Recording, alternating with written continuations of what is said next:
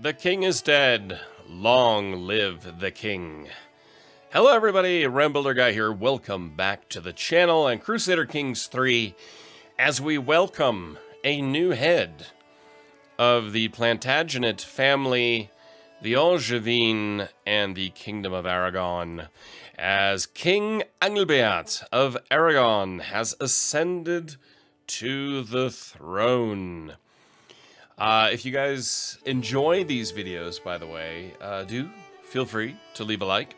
If you're looking for ways to support the channel in ways beyond just watching, liking, subscribing, which is the best way to support the channel, links to Patreon, as well as you can just buy me a coffee. And if you want to buy Crusader Kings 3 or any other games, I do have a Nexus GG store link down in the description where a percentage of the sales goes to me to support the channel. Anyway, now taking a look at King Angelbert. We already did this a little bit last time, but obviously we didn't go into it into too much depth. But it still, this is going to be the episode of taking a close look at Angelbert, his wife, his children, and everything else we've got going on. Now, of course, we have the Holy Roman Empire that got reformed between the Iberian holdings. You can see Castile continuing to grow here. England to the north,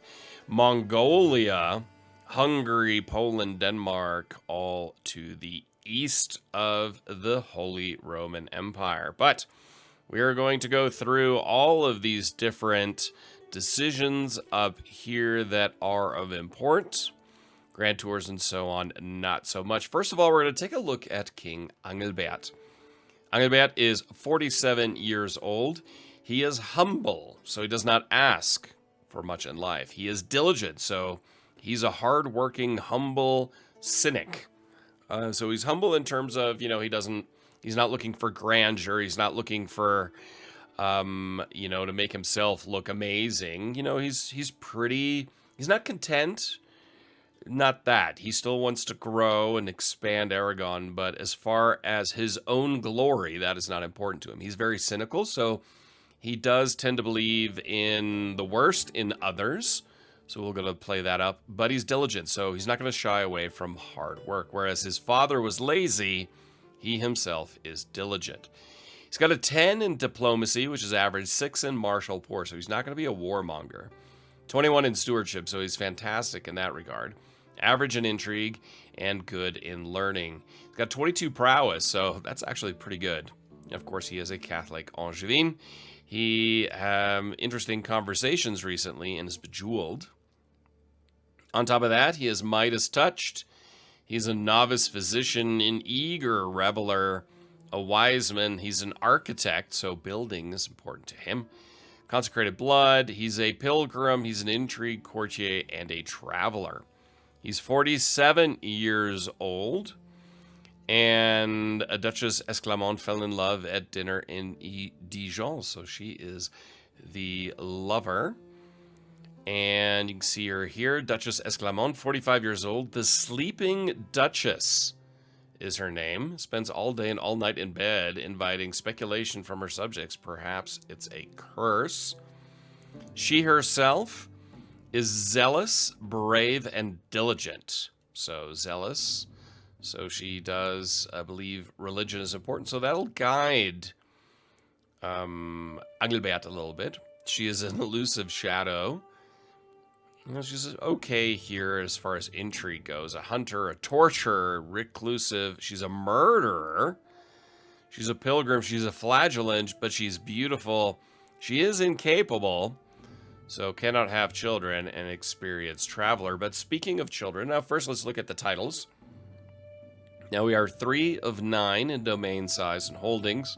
He's of course the King of Aragon, the Duke of Normandy, the Duke of Anjou, Count of Zaragoza, Count of Anjou, and Count of Saumur. His only ally right now is Duchess Esclamont of Burgundy, so that kind of helps.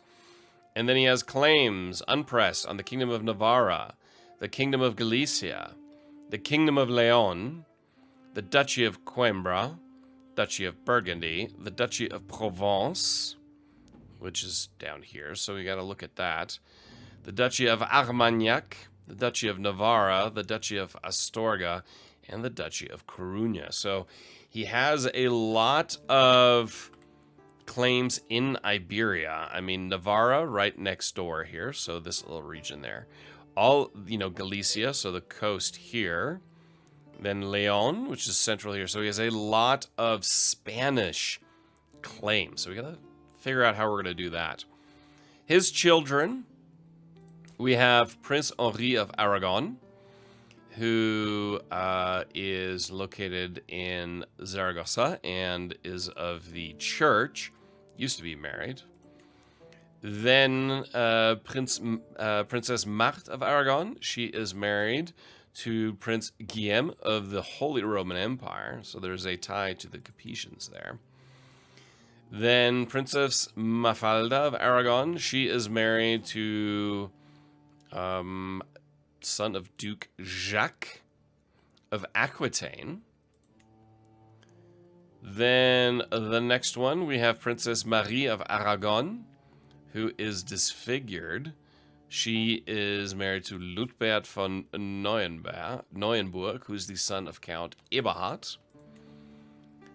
Then we have Princess Aude, the Princess of Fashion, who is married to Alwyn, who is the son of, or a courtier of Duke Gerrit of Holland.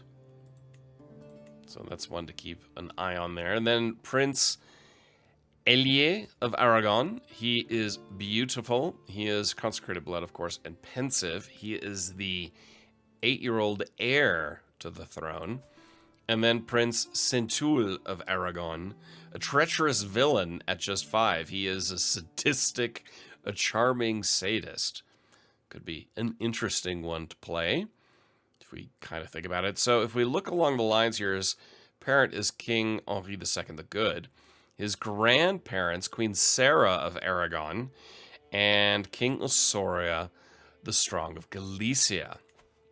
So we have a lot of holdings in Iberia we could go after, which is good because that would these would be wars we could do outside of the HRE. Now, currently, King, he is located in the duchy. He's located in Dijon. Now, we have empty council positions. A lifestyle, of course, stewardship. That is what he does. Wealth-focused, war, honor, loyalty are all means to an end. Gold, domain. Well, he's a builder. So we're going to go with domain, and then he already started down the administrator. So he's an architect already down administrator, so we're going to go down this branch, so to speak. But he is 47 years old, so there's still a lot of time here. Now let's take a look at his council. It is very open, so we have no available spouse because she's not at court, essentially. We are well liked by the Archbishop. In general, what does it look like amongst vassals?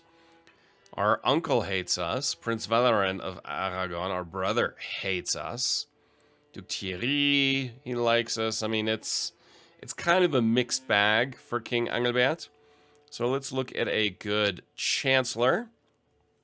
The Duchess Caesarea the Cruel of Barcelona. She is a powerful vassal, and she would be very good as a chancellor.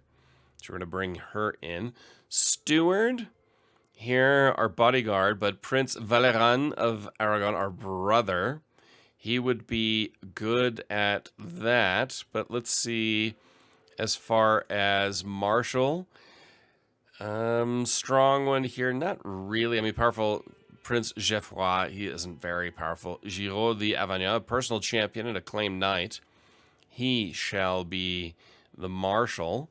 Spymaster, Thuric, Countess Melisande of Evreux, Count Aubry, Valerin, Princess Aude, our daughter. Yes, we will assign her as the spymaster, and so we will make Prince Valerin our steward, and we are going to sway him. Start on that right away.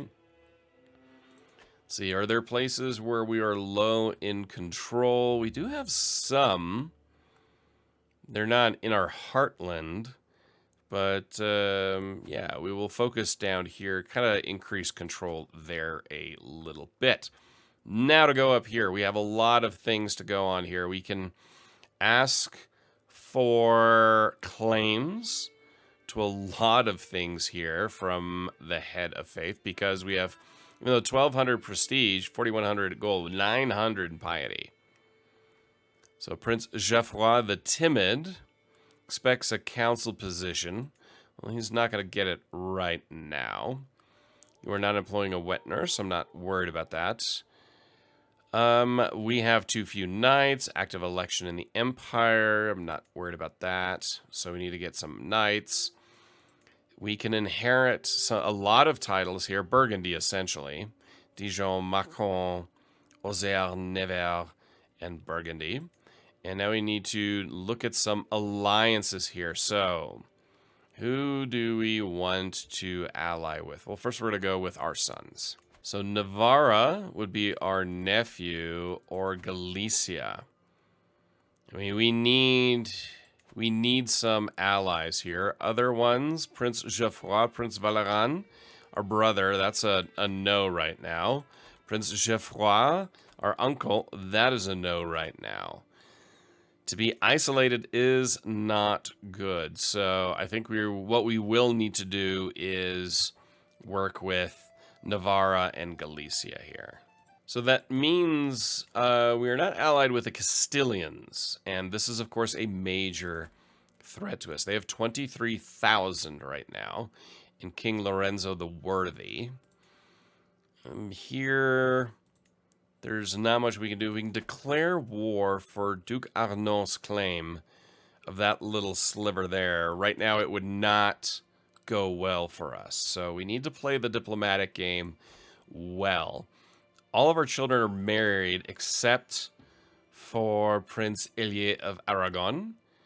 So we cannot arrange.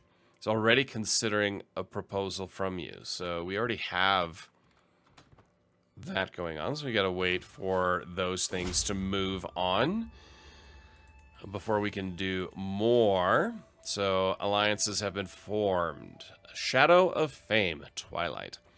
There are whispers about the tales and deeds of my father, disgraced King Henri. Everywhere I go, near or far, it seems there is nobody who has not heard his name. I wonder, will I always stay in the shadow of my father, or will I be able to achieve as much fame in my life as him? How high will I be able to climb? Humbly? I'm not humble. No, he is humble. I'm glad to have such a famous father. That is not important to him. So we have to nominate a successor. And everyone is going with Julien. So we will cast a vote for ourselves. No, we are going to cast a vote for... Well, I voted too fast there, but we've been invited to the council as Chancellor of the Holy Roman Empire. So there is that. Anyway, not overly concerned about that vote right now. He's humble. He wouldn't have done it. And I am trying to find that real quick. Anyway, moving on. We have some things to take care of here. Overstaying their welcome, my court has become renowned for the luxurious level of hospitality on offer, and guests here often prove useful. On occasion, however, we do get redundant guests at court, whose purpose is unclear and whose presence is an unnecessary drain on my treasury. One such hanger-on is Galbiak, who has been here for some time as a guest of Pope Hadrianus, and seems to eat enough for 12. Let her say, I know the perfect job for her. She will be a court jester. Excellent. Kingophile. A new face is wandering around my throne room, occasionally giggling and jumping up and down on the spot when he glances upon some artwork representing Angevin ways. There is something off about this visitor, and when he comes forth, it is evident he is carrying a replica of my favorite mace. I cannot help but genuflect before you. I have devoted my life in Dijon to appreciate the culture of Angevin. I only speak in Doigt Vulgar, eat Angevin veal cutlets, and have studied the blade in the Angevin fashion. My family have banned me from our home, claiming if I cannot do anything but obsess over the kingdom of Aragon, I should live there instead. This is flattering. He doesn't care about that. Someone so enthusiastic should join our court. And he's kind of average. How dare you copy my mace? Take it off him. No, it's fine. I don't really care that much. Okay, so I don't know why I was not seeing it before. But, yeah. Here we go. And, candidates. Actually, who I will vote for, not myself. That was a mistake. Where is Julien? There you are, Prince Julien. So, voted for him, got that taken care of. And now, hunt Dynasty Legacy. So, let's see. Customs. Warfare isn't his thing. Law, guile, blood, erudition. Kin important to him. Is law important to him? Law is rather important to him. In developing his realm, activities, walking sacred path, he doesn't really care about that. Customs, tolerance, curiosity, and profound understanding of what unites us. Yeah, that could be one. Guile, not so much. Blood, noble veins, chance of inheriting good congenital traits. Not that important. Erudition, vibrant court. Focusing on that. Glory is not something he is that's important to him. But I think law, delegated authority. Yeah, we will unlock that. So that gives us powerful vassal opinion +5. Powerful vassal counselor tax contribution +10% and levy contribution +10% as well. So militarily, we are at just under 10,000. If we look now with our alliances, we got another 6,000 coming in there. So we do need to look at expanding our military and increasing that. We've got the money, so let's bump up a little bit here in areas that we are low on, in my opinion. Armored horsemen, we'll bump that up. And then I believe we could use some more infantry as well. So we will increase those. And our bowmen as well. And our armored footmen. So that is coming at a cost, but we do have the money. So I'm not overly concerned about that, but we do need to increase our military strength. We can see Alba.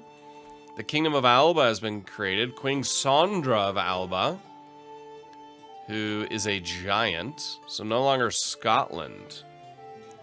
But now we got to look internally and see what we can do as far as further negotiations and alliance building. Well, out on a leisurely stroll, the cry of a particular merchant stands out from the regular hustle and bustle of the street.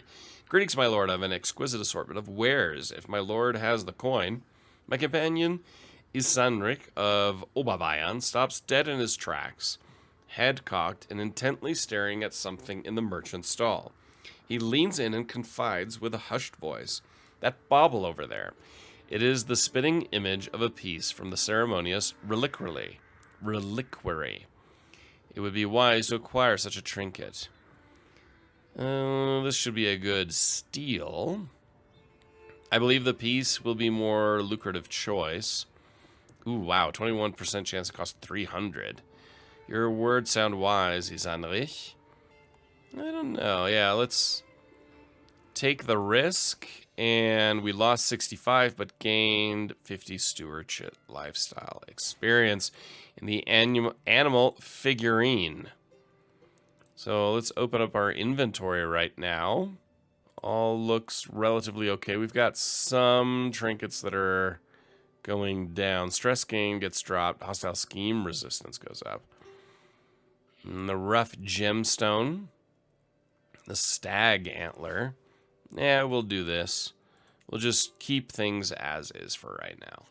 Looking at Castile, we just do not have the power to take them on at this time. We look here, if we would declare war, you could see they are more powerful than us. They have way less money. He's got no allies, but he has a very large army. So what we would need is add a few more allies to the mix before we could really think about expanding further in Iberia. The HRE being what it is, we can't really do much there. We could look at England as a possible area of interest. I mean, we don't have any claims here, so there's not much we can do with the English at this time either. My mortal body, king or peasant, high or low, it does not matter. In the end, we are all mortals. I was reminded of this as I woke coughing in the early morning hours, a dull ache pounding through my head and throat.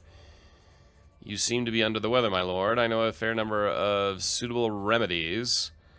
Sure, do no more than what is necessary. So, a little brighter. Excellent work, Mathieu.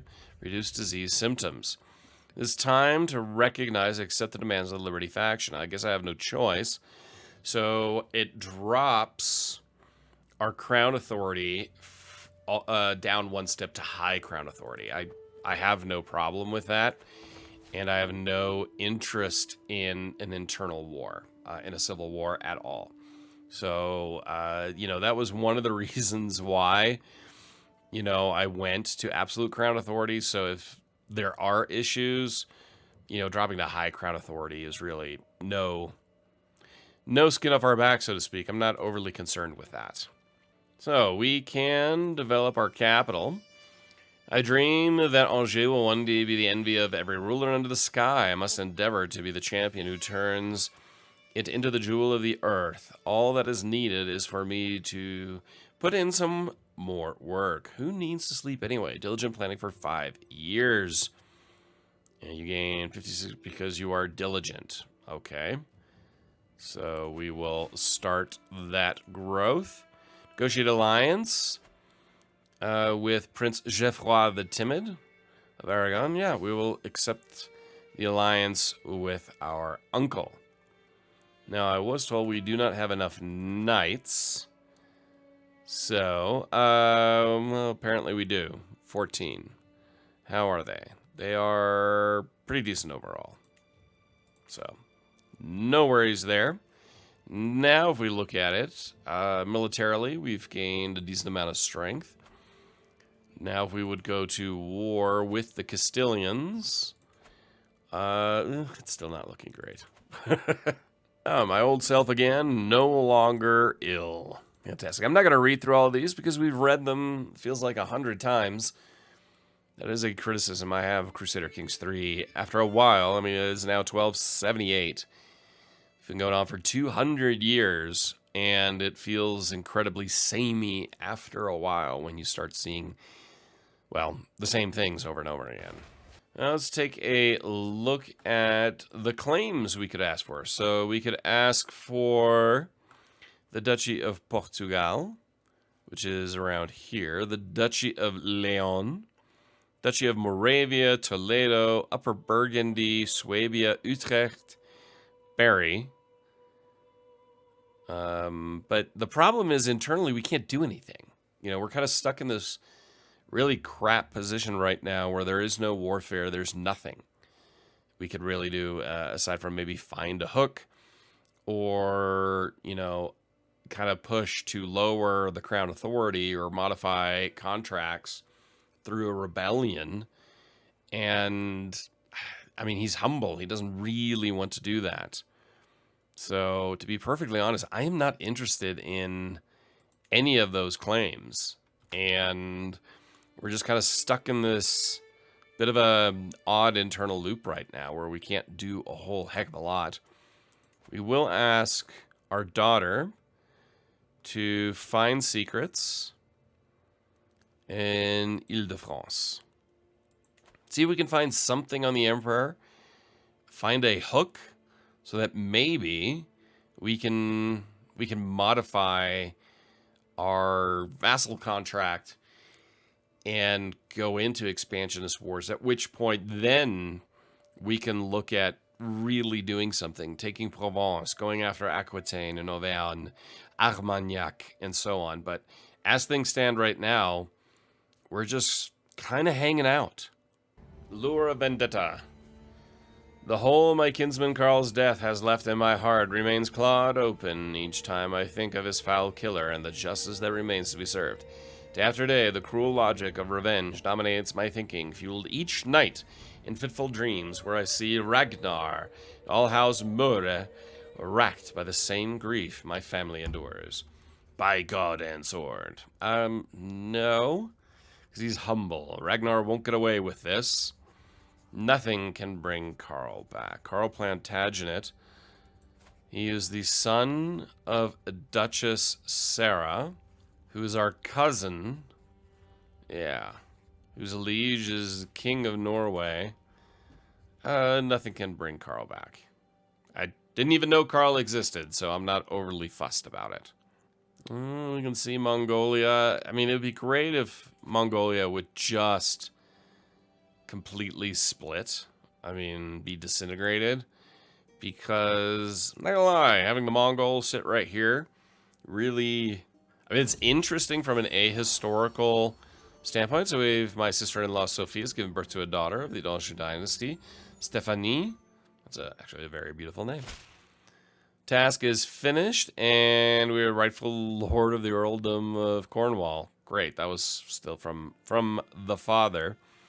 But the Mongols, I mean, this is such an ugly empire if you look at how broken it is with all of these different holdings. I wish it would just completely break up.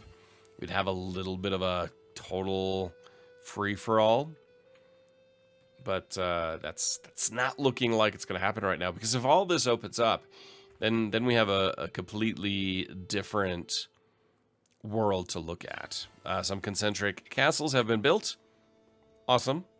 So we can go with Chain of Loyalty, Learn Language, Scheme Power plus 50%, Domestic Affairs Efficiency plus 25%, or Large Levies. So Vassal Levy contribution up 20%. Yes, because we can always do with more soldiers for the wars we cannot fight. You know what I will do, actually, is send our bishop to fabricate claims further here. Why? Because who knows? Maybe we can find a duchy title that we have an unpressed claim on, or heck, the entire Kingdom of England. At which point, then things get really, really interesting again. Probably. Not that we can do much. We have a new marshal who cannot be fired, and he is incompetent. The giant Count Gaufrid of Lisieux of House Normandy. So here's what we're going to do. We are actually going to go to a large feudal levies and gain the war declaration instead. So we're going to modify that contract because I'll be perfectly honest, anything else is kind of becoming frustrating and annoying. So, greetings, my circumstances have made it necessary for me to make the following alterations to my contract, just that you will find these changes to be fair. So, excellent. So now we can declare wars, and we don't have to really look for those schemes anymore. It's, yeah, so be it. It's not really the way I want to go about it, but it's the way we decided to go about it. So now we have some things we can do here internally as far as expanding. So let's take a look here at the ones we can do. So Duke Rug, Prince of Fashion. He's got 26,000. He has a lot of allies. Who are his allies? Toulouse, Tuscany, and Holland. So we could go for the Duchy of Berry claim. Actually, you know what? I am going to ask for a claim on the Duchy of Berry, because that really is rightfully ours. Then Duc Borel of Armagnac. We could go for our claims. Declare the war. Culture. I mean, it costs us 50. I am not overly concerned with that. So that is a war we could go after, is Armagnac. And take that. Vermandois. Countess Malaison's claims. That's not really one I'm overly interested in. So we're going to get rid of that one. And we could go for all of Brittany. For Prince Geoffroy, the Timid, our uncle, press his claims for all of that. That would be an interesting one. Auvergne. This could bring it in to our realm as well, to press those claims. And Tyrol and Luxembourg, Duke Jean of Luxembourg. Yeah, those, that's not really something I'm overly interested in. I think Armagnac would be the first one to go after. Then Brittany. And then Auvergne. And then build up to, go after Berry and Gascony and so on. So actually what we're going to do is, I think we would get a claim on these lands.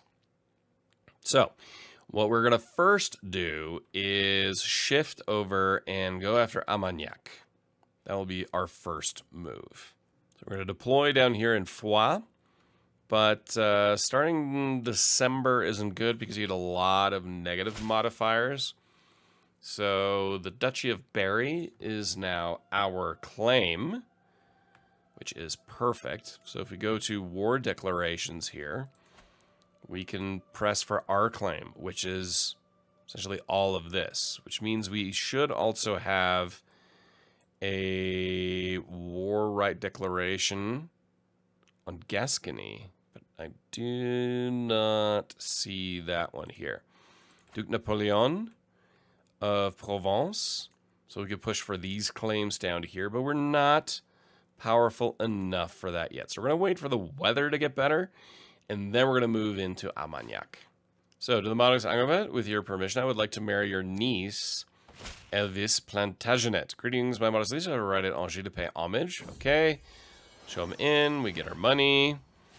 And let's just hit pause here. This is the King of England.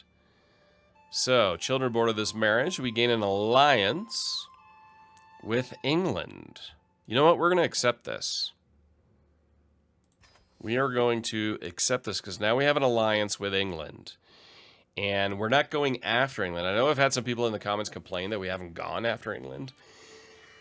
But the game just hasn't played out that way. The game has played out to focus on France and Iberia. And I understand that wasn't the direction I was initially going for.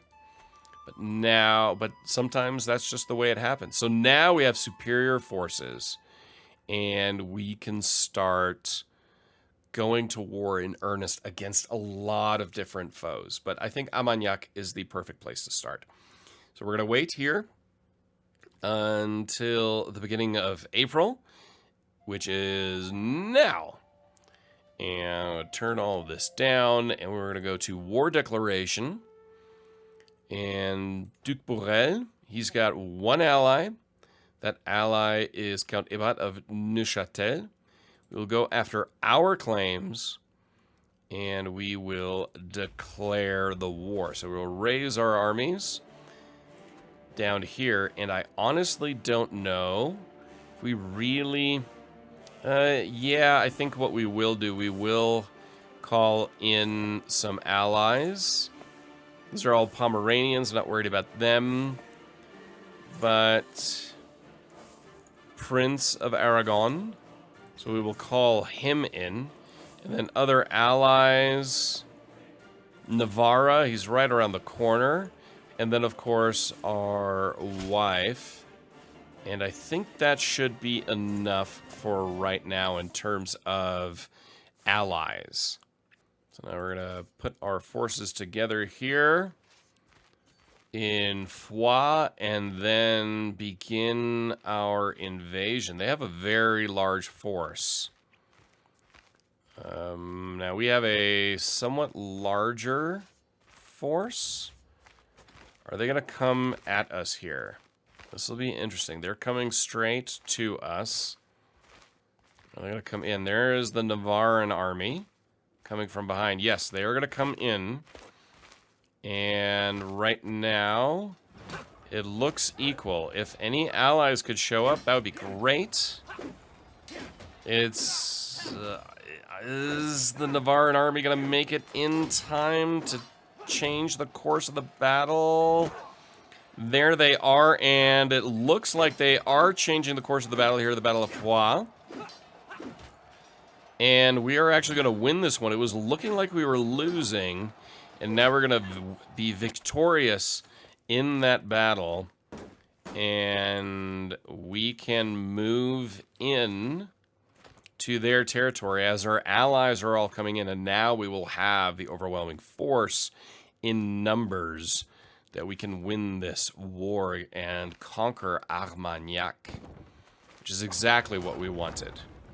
You can see the Burgundian armies sitting right there. Berry is under siege. All the way in the north here from our enemies. That'll take them 10 months. That'll take them 3 months. Down here in the meantime, this will take us 4 months. And we're besieging their capital. So that will be the next move. I wish the Burgundian army would actually do something other than just kind of sit there. We could use a little bit extra support. I hate the fact that we do have a siege all the way in the north, but we're not going to detach our army and move up north against them at this point. So we have won that siege. Now we're going to move over here and besiege their capital. Support them there. A gift of generosity. My son, Prince Centul, has been impressed with one of the household knights for a very long time. After finally meeting in person, he has been repeating the warrior's words to himself. Give others their due, and you will receive your own in turn. As others grow around him, so will he. Yes, that makes absolute sense. We gained a little bit of loot. Looks like we're going to lose some sieges in the north, though.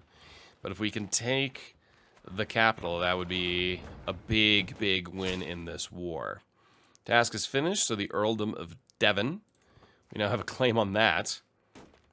But that is not a primary concern right now to go to war with the English. She's a woman now. It's been a good while since I saw my old heartthrob, Benoit. Even after all these years, the thought of her as the subject of my childhood infatuation occupies my mind in the midnight hours. She is a woman now. Can I help but feel myself reaching for my quill when I think of her? Perhaps I ought to finally make my feelings known. I will confess my love. I must set aside these childish thoughts. I mean, his spouse, Duchess Esclamont, they have a very good relationship. They are lovers. That wouldn't make any sense. So the childish thoughts will be set aside. A new stewardship perk. Our uncle has been released. New stewardship perk. Soon forgiven. Monthly tyranny goes down. Chains of loyalty. Scheme power. Learned language plus 50%. Domestic affairs efficiency plus 25%.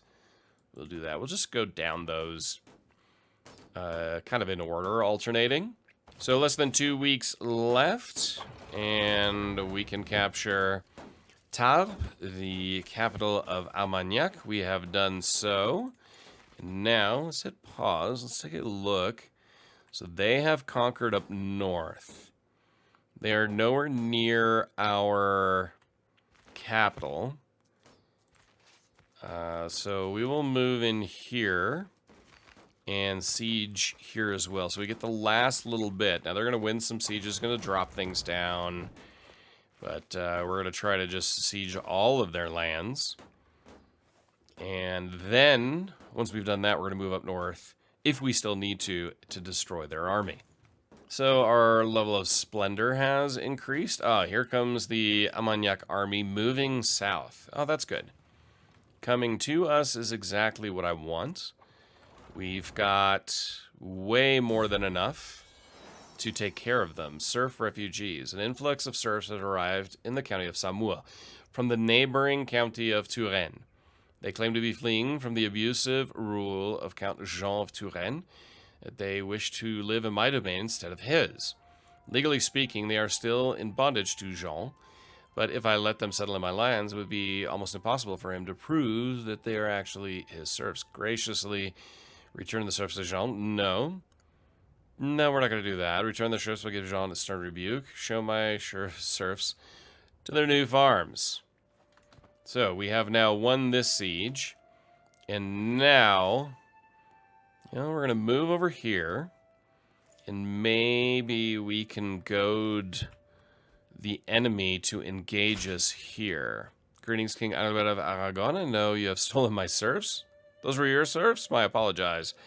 I will return those to you. I'm trying to engage them in battle. Do we catch? We do catch a remnant of their army, who we will destroy. Destroying them one by one is probably a good, safe bet. So now we're going to move in here and go after the rest of the army. Oh, we're already at 100%. Enforce the demands. So be it. And we will disband our troops. And with that, Aragon has expanded its borders. So now... Especially now that we have the alliance with England. That's a very important and major alliance to take a look at. We can continue to expand Aragon to the point where taking on the age... Oh, and the Mongols have broken up. Mongolia is only all the way far to the east again. And the lands of central Germany are completely open. You can see the Holy Roman Empire is expanded in there.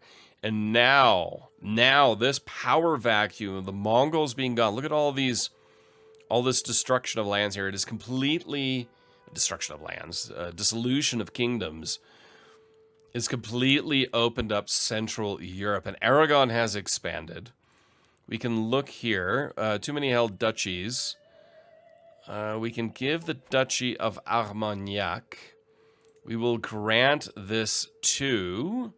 Who will we grant this to? André Plantagenet. He is our vassal. He is our nephew. We will grant the title to him. Duke André, we will negotiate that alliance, so that's taken care of. Okay.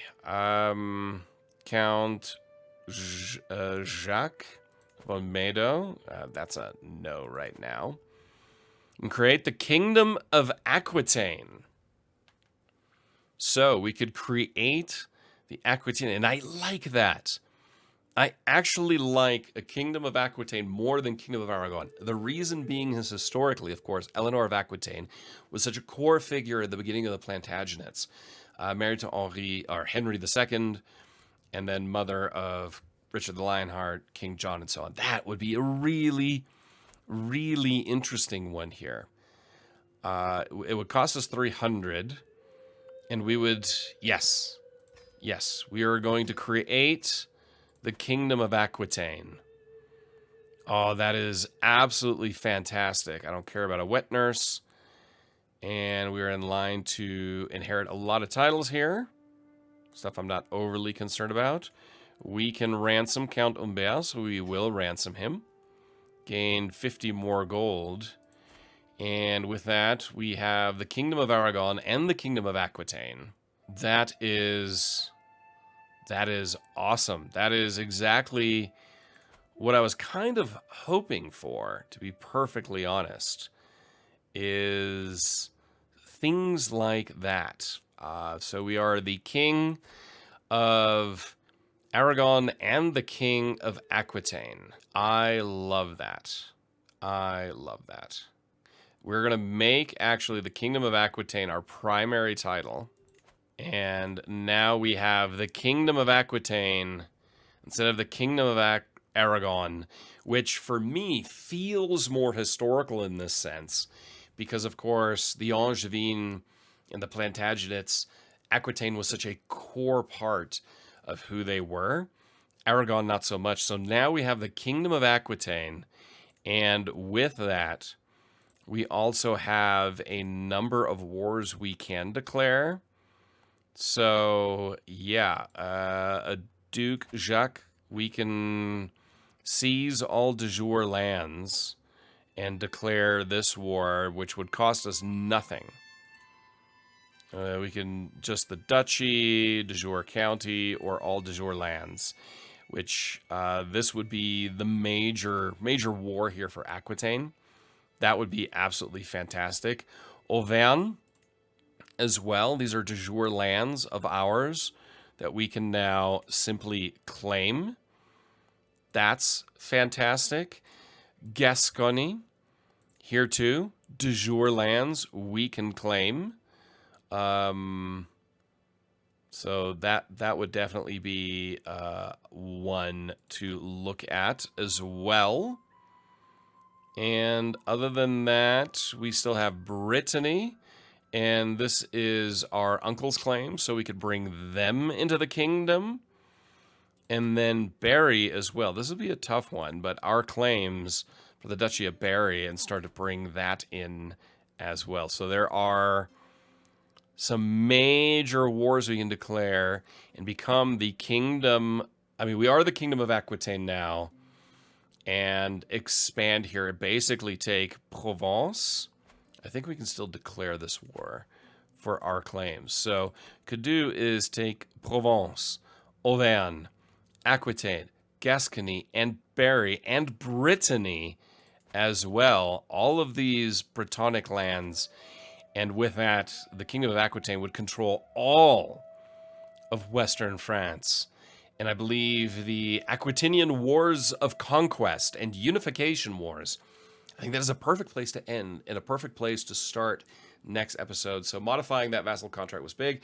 I was hoping to avoid that because I don't really want to give massive vassal levy contributions. But honestly, I was getting to the point of being bored, and I'm sure you were as well, as we were just kind of hanging out and waiting for RNG. Now, the big thing here, of course, is these are all de jure claims.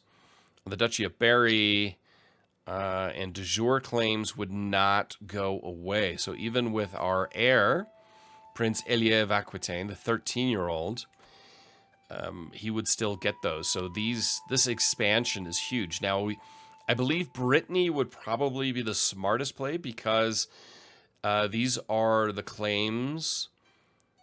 If we go here for our uncle, and our uncle is already 61 years old.